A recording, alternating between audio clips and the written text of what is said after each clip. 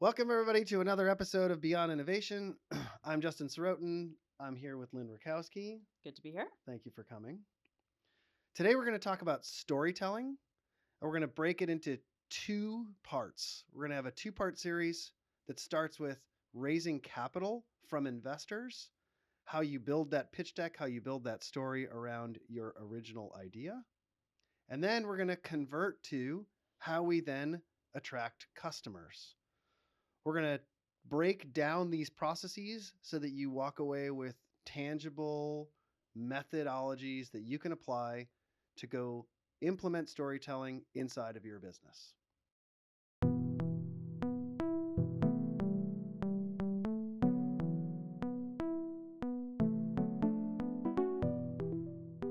So we're going to kick off with the investor pitch. And I'm glad we're doing this because that is probably the most intimidating story that you have to tell. Agreed. People understand their customers. They feel more comfortable talking to a customer, but an investor is a foreign land. Yes, in a lot of ways. So today we're going to cover how do you build that story? And there's 4 elements to it. How do you build the framework? How are you defining the audience? Because this is a unique space to define an audience. Yeah. How do you create storyboards for your narrative? And then how do you test your pitch? Great. So let's start with building the framework. Building the framework is, I'm going to say, the easiest part because there are infinite books having been written about a framework for storytelling inside of an investor pitch. So we're going to pick and highlight the version that we use pretty successfully. And we're just going to talk through the attributes of what that is. And obviously there's nuances to this that then get applied across different types of businesses. So the first, and I'm going to say hardest, is really clearly defining the problem. Too many businesses that we see talk about the solution first, and then they go in search of a problem. Starting with the problem statement really helps focus a company's solution toward a very particular audience and a very particular need. So you're not just wandering around trying to find who might find this valuable because you've identified those really clearly through your problem statement. So you're going to start with a really crisp problem statement. Then and only then do you move into what your solution is. And your solution can take on a couple of different forms for how you show those. Then you have to talk through why what you're doing is unique. Some people will call this underlying magic. Others might reference this as intellectual property. What makes you unique to the others around you? And then getting into why the world will care. Why should anybody be sitting here talking to you about this particular piece of technology in the problem set that you have created? So this starts to talk toward proof points, case studies, things you can point at in the market that say, this is why this is valuable. Then you can't not expose who else is doing this. Anybody who thinks they're the only ones doing it are probably either not doing enough research or solving a problem that no one needs to be solved. Because if others aren't already there, something's amiss. There's also a very subtle message, maybe not so subtle message, that says to investors that I understand the market, I know who I'm competing against, and I know how to compete against them. Agreed. Then you get into a bit of tactics. How does this make money? What's the model? How is the world going to know that you exist? How large is this landscape? What's the possible here? I think this is a really critical piece that a lot of startups leave out or they don't emphasize in the way that they should, which is what have you accomplished so far and with what resources did you accomplish those? It tells a lot about how you manage challenges. There's a great anecdotal story that I have no idea if this is true, but I'll just drop it in here. I was listening to a podcast years ago about the founding of Airbnb. And Joe Gabbio, one of the co-founders of Airbnb, said they went through their pitch. They got whatever feedback they got. They walked out, left the room, forgot that they had brought with them their Obama O's box of cereal, which they created as a means to fund the early days of Airbnb. They created a completely fake cereal called Obama-O's. They walked back in the room, handed the box of cereal to the investor that they were talking to. They were pitching, I think it was Y Combinator they were pitching to. And according to the lore, that's why they got accepted into Y Combinator, and that's how they raised their first amount of money. Not because their business was great, but because They were scrappy. they were scrappy and they were able to get far with very, very little. I think it's a really important piece of the puzzle. Then you talk about your team, because people invest in people. Mm-hmm. And then another critical piece is, what is it that you want? What are you asking for? Are you asking for money? If so, how much? And for what? And to do what with it? Yeah. So to be crystal clear about those steps really builds sort of the overarching framework for how you create a good pitch. And our role, like I said at the beginning, this is pretty well published information. You can go read a dozen books. They're all going to be some variation on that theme. Well, I think what's not to forget about building this framework is that we can all sit here and nod and be like, yeah, I get that. Obviously. 100%. And when you're in that seat of this is my business, I know the answer to all of these, being really crisp about those answers is more difficult than you think. So this is a process that takes time, and it takes thought, and it takes consideration. And I can't emphasize enough to do that. I fully agree.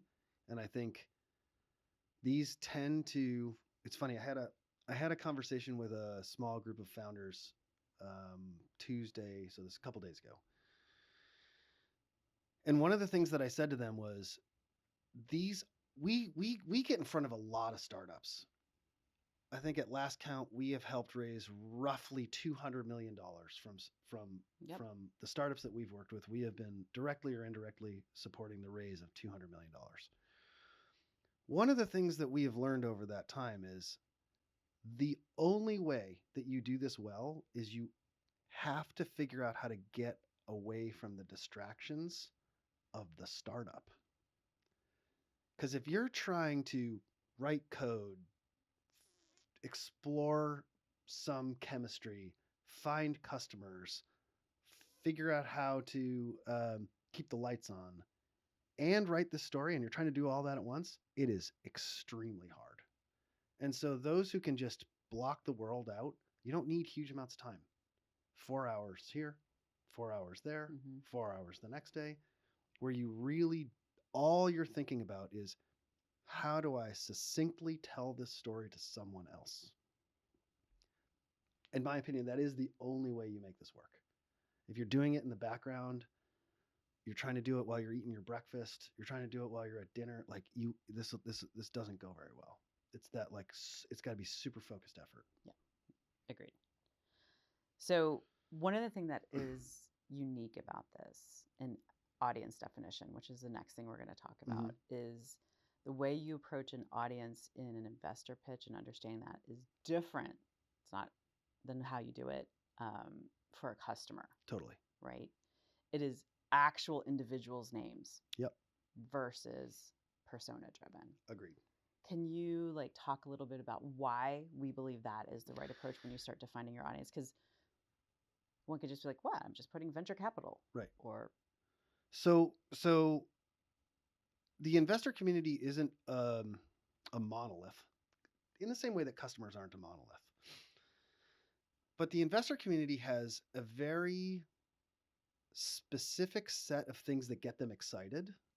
And you can learn about what those are in a couple of different ways. You can learn about those through who else they've invested in. That's the easiest. They publish it on their website. So if you're going to start to prospect investors, you're going to start to figure out who you might have a chance to present to. That's the first thing. Just get in the door. The second then is getting them to be excited about what you're sharing. You can only know that if you've done the homework and you know who you're going after. So what we tell our customers all the time is, when we're building the original pitch deck, we're not going to just write venture capital or angel or whatever type of VC we're trying to go after. We're going to write an actual firm's name down. And if we can, we'd like to target a particular partner at that firm. And the narrower you can get, the more little nuggets you can put into your deck that get them excited about you because you know who they are and they then see themselves in your deck. And so that effort is critical at the earliest stages of building a good pitch deck. I want to add something to this because you're talking just about like the pitch deck, but I think that storytelling sits outside of what is on your slide. Agreed. I think that storytelling sits pretty heavily in the words you use, the way you connect with someone on a human level, because this is a sales pitch to an investor. So understanding what their interests are, understanding who they know, where they went to school, all of those things are really critical to the pitch itself. Agreed 100%. Which is beyond just the deck. Yeah, I mean, does that make sense? I mean, what we said at the beginning was that people give money to people. Yeah. And the better you can connect with that person on the other side of the table or the other side of the Zoom call or whatever it is, the easier it's going to be for them to trust you and trust that them handing you money is going to come back to them in a return on that investment that is viable for their business. And I think some of us forget. I've seen it in decks too many times where you forget the human side of this conversation. And the voiceover needs to feel personal. And the more personal you can make that voiceover feel, the better it is for you, or the easier it is, I should say, for you to connect with the person on the other side of the table. Yeah, absolutely.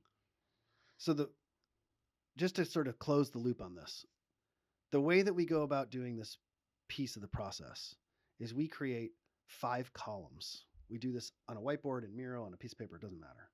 Column number 1 is the audience, the name of the venture capitalist or angel group, as granular as we can get. Number 2 then is the way we are going to position the value prop of our business in context of that particular venture group that we're talking to. Number 3 is what's the piece you're adding to this that's going to get them excited about what you're delivering. So this is where that personal touch comes in, really becomes very critical. We call it the hook, and the hook being the narrative, the story you're telling around the technology solution that you have. The 4th piece of this puzzle, I have to take off my glasses here, is then the proof point that you can deliver that validates the direction that you're heading in has merit. And that proof point doesn't need to necessarily be you. It could be a tangential market. It could be a competitor. It could be something that you know exists that then will bolster your statement about why this is valuable. And then the last column is we put in barriers and blockers. What am I missing to be able to tell this entire story? And usually that's the case study. Usually that's the proof point. So we will map all of that out at the earliest stages, and we'll put Post-it notes into this grid of what is effectively 5 columns, depending on how many people we're targeting. That could get quite long. And that really drives the content structure for what comes next when you go to lay out your deck, because you've clearly decided who are we going after, what's the value prop that's meaningful to them, how is it that we can tell the story so that they get excited, what are the case studies that we have to back our point up, and what are we missing. So that's our step 1. Yeah. So many people jump to this next stage first That's right. We're going to talk about. So we encourage you not to do that because you're going to trip yourself up. So when you look at building that storyboard or that narrative arc, we kind of go through 4 different steps associated with that that allows you to build upon it. I'm going to let you talk about them because you talk about them so well. God. But why don't you kick it off? Start with first. So the way we start, we put a ton of constraints on the way we tell the story. We tell ourselves you have 10 slides, you have 1 sentence per slide, you get no graphics, you get no pictures. You have to tell the entire story, what effectively amounts to 10 sentences. And you have to be able to tell that story to someone who doesn't know what the story is. And we didn't make this up. There's guides out there to do this. And we find it's a really great way to get down to what's the most important part of the story that you want to make sure somebody gets at the end. And so once you distill it down to that few number of slides, you can do nothing but only talk about the important bits, and all the details just sort of live down in the weeds. So we'll build that first. And we don't build pitch decks in PowerPoint or Google Slides. We build pitch decks in Miro or on a bunch of pieces of paper so that we can see all of them at once. And I think that's another really important distinction, is when you're trying to build a good narrative, if you build it in a linear way, you miss the interlinks that happen between the different parts of your story. If you build it where you can back up and you can see the whole story all as one thing, it's a totally different experience for the people who are trying to create it. So that's how we always start. Then we are allowing ourselves to add detail underneath those different tiles. So if you assume that every one of those 10 slides is a tile of information, now we can add detail under the tiles because we've already defined what's important. Then from there, you start to spread it back out into a linear story, but not until you've created those start points and you've decided where the depth needs to exist. And then and only then do you have the bones built. Still, we're no graphics, no pictures, and we're a visual company. No graphics, no pictures, no color. It's just words on a page. And we get to that stage as quickly as we possibly can. But we don't always keep people to 10 slides. No. Which is what we just talked about. So the next step is like, then you can have this ability, once you have that foundation, to expand this the way it needs to. You see is there sort of the holes or the things where you really need to add some additional context. So this thing can go to 15, 20 slides, right? So but it's only at that point that you start working with that many slides. I had this high school teacher. You're in high school. You get told he was a he was a English teacher. He was one of the best, Mr. Carey, one of the best teachers I've ever had in my life. I haven't seen this guy in whatever. We're going to send him this so he 35 years. And students would ask him, how long should my paper be? And his response was, great. How long are Abraham Lincoln's legs? That was what he said. It was like straight-faced, how long were Abraham Lincoln's legs? And students would look at him with a weird look, and then he would say, long enough to touch the ground. So that's how long your pitch deck should be. It should be just long enough to touch the ground and no longer. Because if you try to tell everybody everything in all the slides, you're going to end up with a 50-page deck and they're not going to hear anything at all. So you need it just long enough so that the person on the other side of the table or on the other side of the call walks away with the key pieces of your story that they need to know so that they can have confidence in investing in you and nothing more. Yeah. If they want more information, they're going to ask. Believe me, they're going to do a deep dive later. They're going to ask all the questions. Before they give you money, they're going to do a deep dive. In that first pitch, don't do the deep dive for them. Yeah. So now I've taken my 10 tiles, I've got a little bit of addition, and now I've really kind of fleshed out my story. Can I add anything now? Oh, yeah. Am I allowed? Now you are. So now we're allowed to add some visuals. And the visuals are a really important piece of how your story gets told. So the number of pitch decks that I've seen early on from startups where it's a header at the top and 17 bullets on a page is mind-blowing. Or a spreadsheet where you show the entire financial projection in all of its glory, copy pasted out of your Excel spreadsheet and stuffed into your deck is not the way to convey a story. Remember, all of this is around conveying a story. Now, I know your story has a punchline, which is, I need some money. But if you forget the fact that the whole thing has to feel like a story, then you end up in this place where it becomes very transactional. And you're trying to avoid that problem showing up in the way that you present the work. So we like to use photography and color as wayfinding through a pitch deck. So if you think about where are the moments where I want that person to not forget what I just told them, you pull those out, you create either a color break with text or a photography break with text, so that the visuals help you tell that story. I mean, we've all heard a photo tells a thousand words. Thank you. I got stuck on word number You're like, 3. how many words? How many words was it again? And so if you're trying to talk about an outcome that you can deliver with your technology, find an image that demonstrates that outcome. Put those words over the image, and that will imprint on the person's brain much, much better than if you just voice those words with a bunch of bullets on a page. Be willing to let your deck breathe a little bit, where there's places where you're not just overwhelming the person with information. And that's where image, color, graphics can go a really, really long way to helping you tell that story in a way that's digestible. You're going to drop all this information in somebody's lap, and you need to allow them to catch up and keep up, and you want them to remember pieces. And so using graphics and photography is the best way to go about doing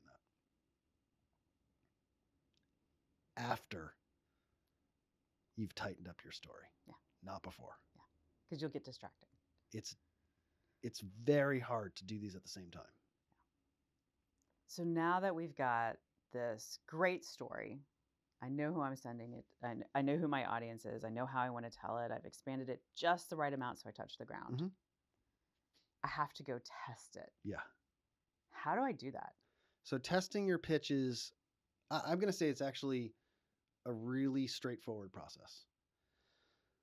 You need to reach out to people who have invested in things, and you are going to ask them for their opinion about your pitch deck. You are not going to ask them about giving you money. And you're just going to test it by fire. You're going to give that pitch over and over and over again.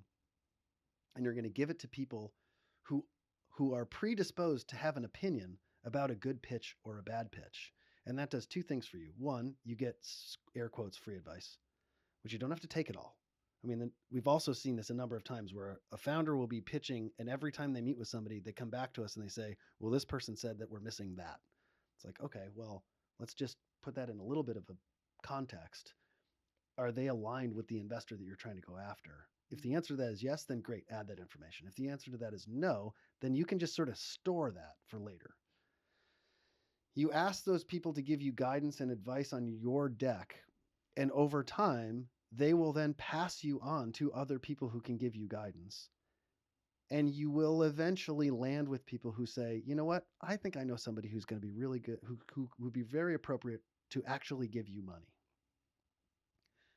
The referral world within the investor community is so powerful. So having founders refer businesses to investors, having investors refer business to investors is the best way to sort of crack the shell of this community. And we've seen it over and over and over again, where you share this pitch with a founder, the founder gives feedback and then says, hey, I took money from these people. I think you guys would be a good fit for them. Let me connect you with the partner that I worked with. Or you pitch that same idea to an investor and they say exactly the same thing. I have this friend, this isn't for me, but I have this friend who works at this firm. I think you're right up there, right in their wheelhouse, and you should go talk to them. But make these changes first. And that, you can't be afraid of feedback.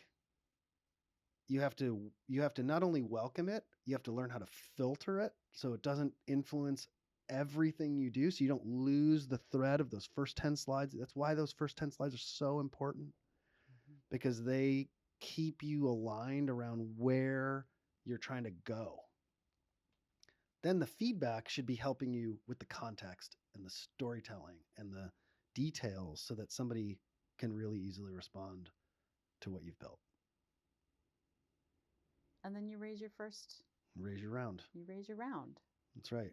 It's just we make it sound so easy. Easy peasy. Easy peasy. I mean, I think the thing that can't be lost here is whatever it is that you're building, it has to have viability in the marketplace, and it has to actually do what you think it can do. And if you have conviction and you can demonstrate that conviction, you're much more likely to raise the money you need. When we've seen these, I don't want to look, I don't want to overstate it, but there's plenty of times where we've seen the pitch come in and you just know immediately that founder doesn't have conviction. They haven't proven what they're trying to do actually does what they think it can do. This is never going to raise any money. Yeah. And investors are way better at that than we are. They're going to sniff it out in a second. Yeah. So that conviction is super important. And those proof points then just give you all of that credibility that you need to make sure that you don't get sniffed out in the first 10 minutes. I've had it happen to me. It happens sometimes. It happens. Yeah. Well, this was great. Yeah. I hope that's helpful to our audience. Me too. Thanks for sharing the studio with me today. You're welcome. I love this room. It's like become my favorite place in the office to just come hang out. It's pretty nice. It's great. Not going to lie. All right. Thanks again. See you for the next one. Goodbye. Goodbye.